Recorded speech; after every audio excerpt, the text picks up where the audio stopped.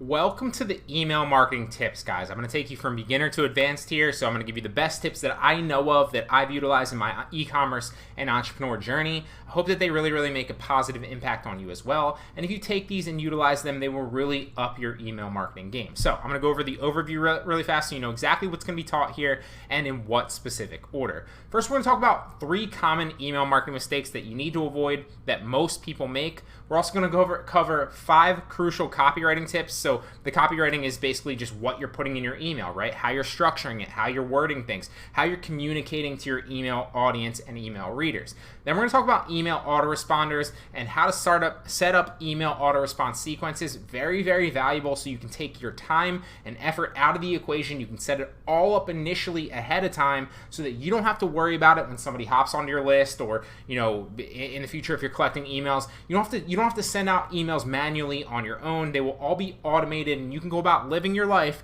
and that sequence will take care of selling and pushing people to your content for you, or to your website, or to wherever that is. Then we'll talk about sending mass emails and how you can send mass emails depending on what what your specific goals are and values for your business, or if you're doing it just as a solo entrepreneur. We're going to talk about how to actually send mass email, with or without a specific list. Then we'll talk about how to put HTML in your emails. A lot of people don't know how to do that, so that's one of the best ways that you can do it as well. You can make really high quality, good looking emails if you know how to put HTML in your emails. And both of these are through Gmail too. Obviously, you have a lot of email service providers. So if you already have a list, then you're going to want to be using, like, I personally use Wix and MailChimp. There's also Aweber, there's GetResponse, there's Market Hero, there's a million other email service providers out there. I personally like G Suite, which is paid Gmail, and Gmass, which is a plugin, to do that if you don't have a list. But if you do have a list, obviously you want to go with a normal email service provider like your MailChimps, your Awebers, your GetResponses, etc.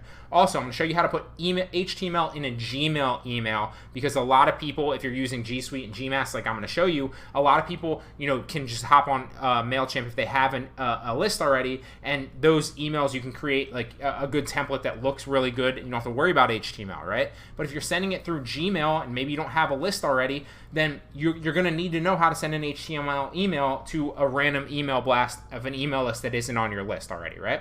So it's okay if that doesn't make sense initially. You're going to get and understand it a little bit better as we move forward. But just keep in mind that this is all through Gmail and G Suite, so it's one of the easiest ways to send bulk emails to people that haven't opted into your list. And that's probably the majority of you, if I were guessing. So really excited to bring all this to you, really excited to hop into the course. And with that being said, let's jump in.